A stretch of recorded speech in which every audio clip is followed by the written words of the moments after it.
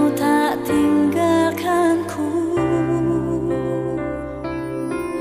tak sekalipun melupakanku.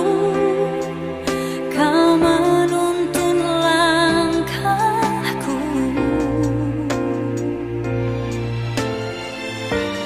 ku tak pernah sendiri. Kau tak tinggalkanku,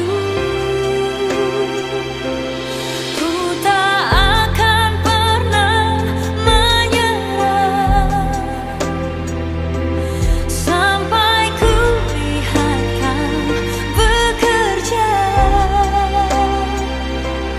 Ku percaya mujizat kan nyata,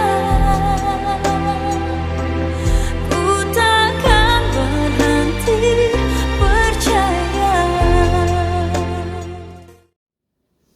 Saudara-saudara yang terkasih, dalam nama Tuhan Yesus Kristus, Shalom, selamat pagi, selamat berjumpa kembali dalam sapaan teduh pagi ini.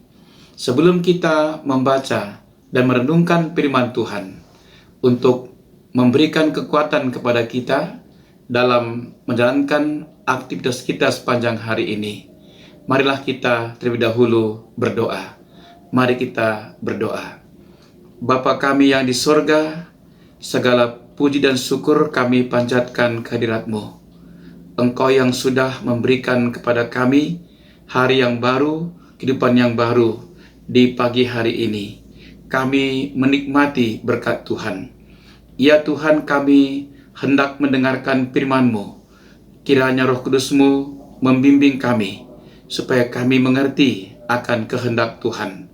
Berkati hamba-Mu yang menyampaikan firman-Mu, supaya hamba-Mu dapat menyampaikannya seturut yang Tuhan kehendaki. Berfirmanlah kepada kami ya Tuhan, karena kami anak-anak-Mu telah siap sedia untuk mendengarkannya. Dalam nama Tuhan Yesus Kristus kami berdoa dan mengucap syukur. Haleluya, amin. Firman Tuhan yang menjadi nats bacaan kita pada pagi ini terambil dari kitab Kejadian pasal 1 ayat 15. Akan tetapi izinkan saya membaca ayat 14 dan 15. Firman Tuhan berkata demikian. Lalu berfirmanlah Tuhan Allah kepada ular itu, karena engkau berbuat demikian, terkutuklah engkau di antara segala ternak dan di antara segala binatang hutan. Dengan perutmu lah engkau akan menjalar, dan debu tanahlah akan kau makan seumur hidupmu. Aku akan mengadakan permusuhan antara engkau dan perempuan ini, antara keturunanmu dan keturunannya. Keturunannya akan meremukkan kepalamu, dan engkau akan meremukkan tumitnya. Demikian pembacaan firman Tuhan. Saudara-saudara, Tuhan datang ke dalam Taman Eden setelah Adam dan Hawa berdosa. Ia menegur mereka dengan bertanya, "Apakah engkau makan dari buah pohon yang kularang engkau makan itu?" Adam menyalahkan istrinya, karena dialah yang telah memberikan buah terlarang itu. Namun Hawa langsung membela diri dan berkata, "Ular itu yang memperdayakan aku, maka kumakan." Namun mereka mencari alasan untuk memaafkan dosa mereka. Walaupun mereka menyesal karena mereka telah ditemukan, tidak ada indikasi adanya pertobatan sejati. Namun agaknya mereka malah berusaha membenarkan diri mereka sendiri. Maka tidak ada tindakan untuk dilakukan Tuhan kecuali mengumumkan penghukuman. Jadi Tuhan mengumumkan serangkaian kutuk yang termasuk di dalamnya kutuk atas si ular, kutuk susah payah dalam mengandung dan melahirkan kutuk atas Adam dan keturunannya dan kutuk atas ciptaan itu sendiri. Nas kita pagi ini berhubungan dengan yang pertama dari antara kutuk-kutuk ini, yaitu kutuk atas si ular. Dalam ayat 14, kita melihat kutuk atas si ular itu. Dalam ayat 15, kita melihat permusuhan antara Tuhan dan setan dan penaklukan atas setan oleh Kristus. Yang pertama, kutuk yang dijatuhkan pada si ular. Ketika Adam berdosa, ia mati secara rohani dan kematian fisik mulai ada di dalam tubuhnya. Sejak Adam ditetapkan untuk berkuasa atas bumi ini, dan sejak Adam mulai mati, kekuasaannya juga mulai mati. Sejak saat itu, kita tahu bahwa sampai sekarang, segala makhluk sama-sama mengeluh dan sama-sama merasa sakit bersalin.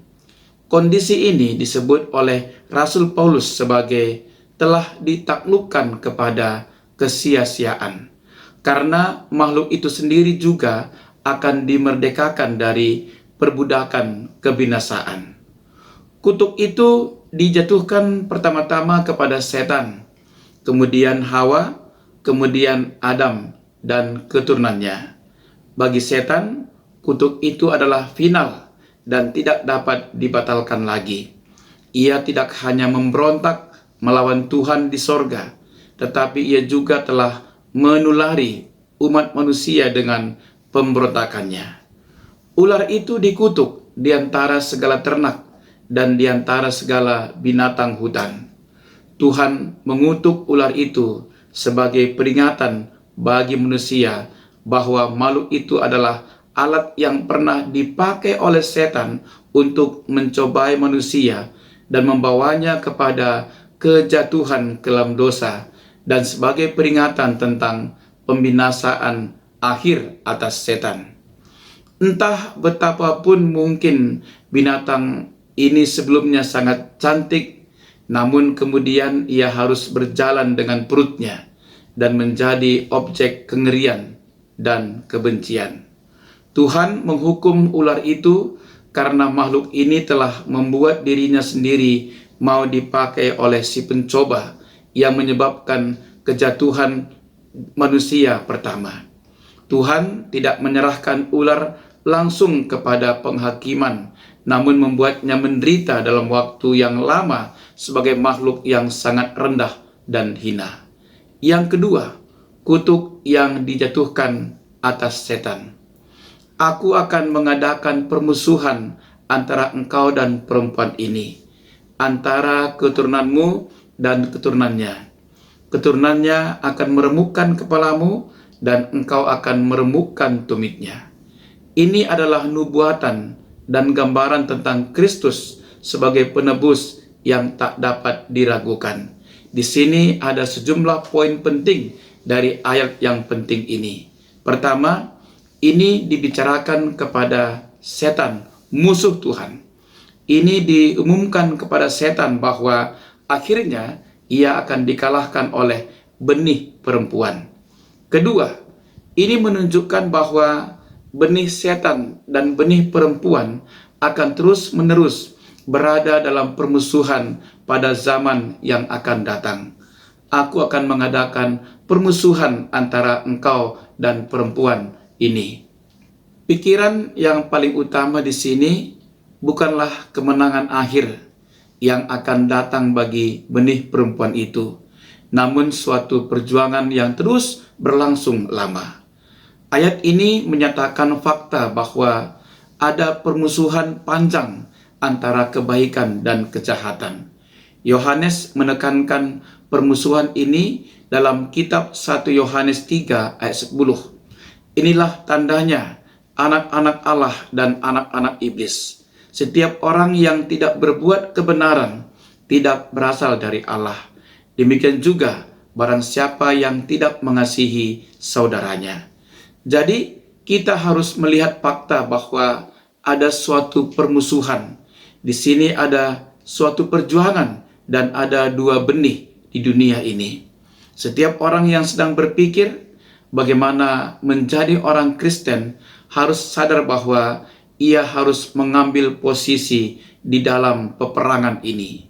Ia juga harus memilih untuk berada di sisi barisan benih setan atau barisan benih perempuan, yaitu Kristus. Tidak ada posisi tengah. Anda akan berada di barisan Kristus dalam perang panjang ini, atau Anda mau berada di barisan setan. Tidak ada posisi netral. Tanyalah kepada diri Anda sendiri, di sisi mana Anda pada saat ini berada. Dalam permusuhan antara orang-orang yang mengikut setan dan orang-orang yang mengikut Kristus, yang mana posisi Anda berada? Ketiga, Kristus adalah benih perempuan antara keturunanmu dan keturunannya. Ini satu-satunya tempat di mana di dalam Alkitab wanita dikatakan memiliki benih. Ini adalah nubuatan pertama tentang kelahiran Kristus dari anak darah yang disebut keturunan perempuan. Yesaya menubuatkan ini kemudian ketika ia menulis, sesungguhnya seorang perempuan muda mengandung dan akan melahirkan seorang anak laki-laki, dan ia akan menamakan dia Immanuel, Allah beserta kita. Suatu deskripsi tentang Kristus, Allah manusia yang datang dalam daging. Allah mengutus anaknya yang lahir dari seorang perempuan. Kristus adalah benih perempuan. Keempat, sebagai benih perempuan yang puncaknya di dalam Kristus. Jadi benih ular itu mencapai puncaknya di dalam antikristus. Puncak dari permusuhan ini dibuatkan di dalam Kejadian 3 ayat 15 yang akan terjadi antara Kristus dan antikristus. Antikristus akan dilemparkan ke dalam lautan api pada kedatangan Kristus yang kedua. Setan yang diam di dalam antikristus, seperti yang pernah ia lakukan dalam ular, akan dilemparkan ke dalam lautan api pada permulaan zaman kerajaan 1000 tahun. Kelima, antara permulaan permusuhan di dalam Kejadian 3 ayat 15 dan akhir dari permusuhan dalam Wahyu 20, permusuhan nampak seperti di pihak setan. Maka kita perhatikan ada dua kata meremukkan di dalam ayat ini. Benih ular akan meremukkan tumit benih perempuan, tetapi Kristus, sang benih perempuan, akan memecahkan kepala setan pada akhir zaman. Salah satu dari kata meremukkan ini ada dalam sejarah ketika sang penebus datang untuk yang pertama kalinya. Kelihatannya menjadi kemenangan atas musuh karena sang penebus rela mati di kayu salib. Di sini tumitnya diremukkan, simbol dari penderitaan dan kematian juru selamat kita yang tertikam oleh karena pemberontakan kita.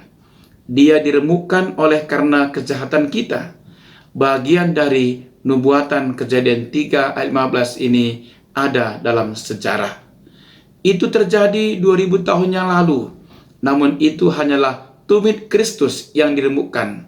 Kata meremukkan yang lainnya atas kepala si ular masih akan terjadi di masa depan. Tumit sang juru selamat telah diremukkan pada saat kedatangannya yang pertama. Namun kepala setan akan dipecahkan pada kedatangan Kristus yang kedua.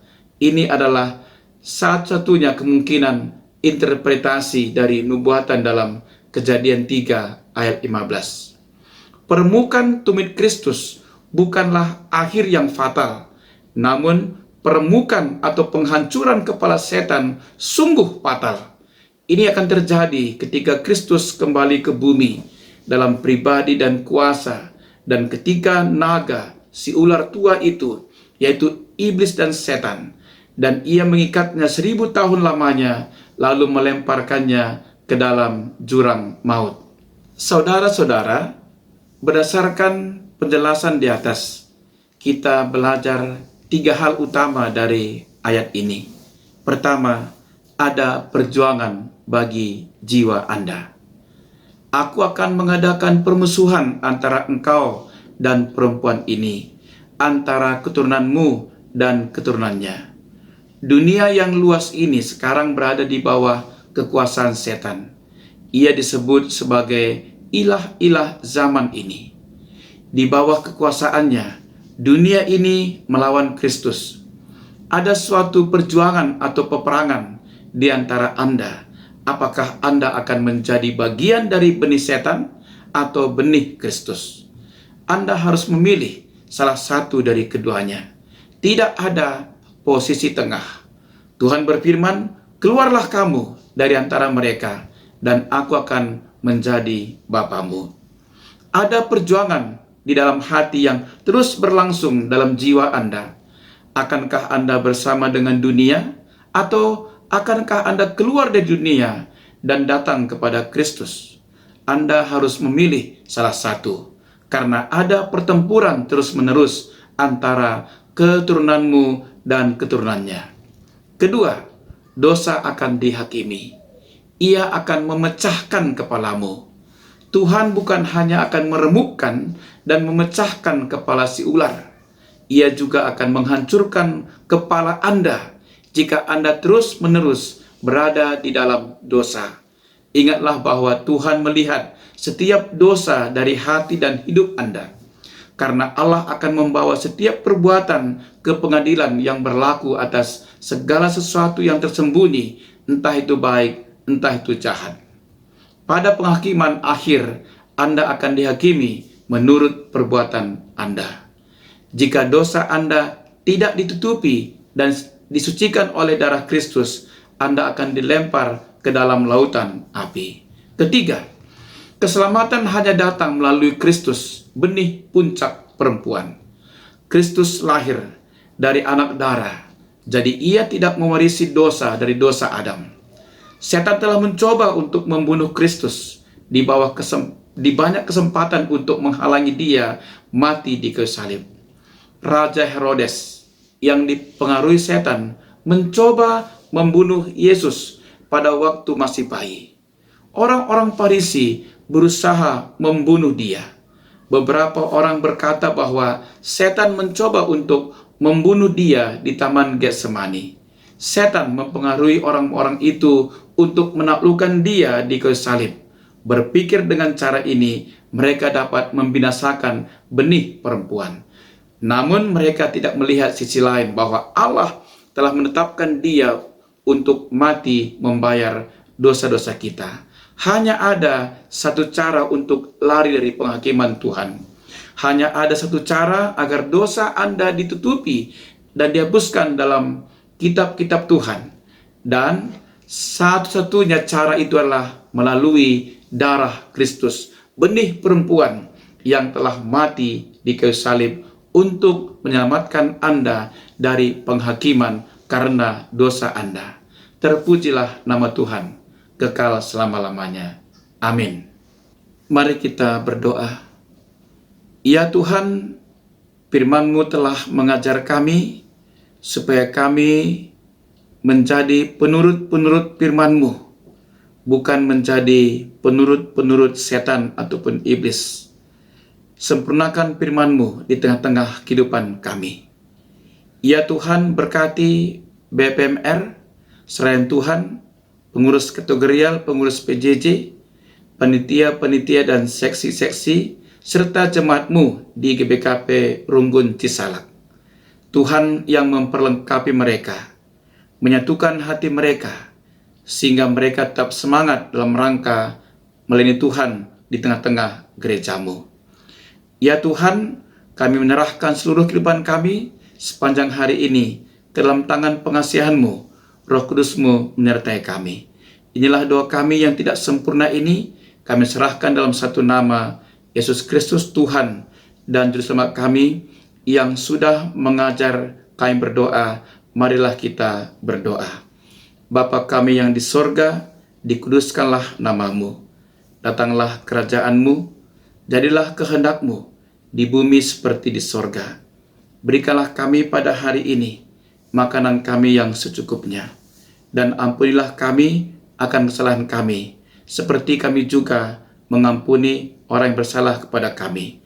Dan janganlah membawa kami ke dalam pencobaan, tetapi lepaskanlah kami daripada yang jahat.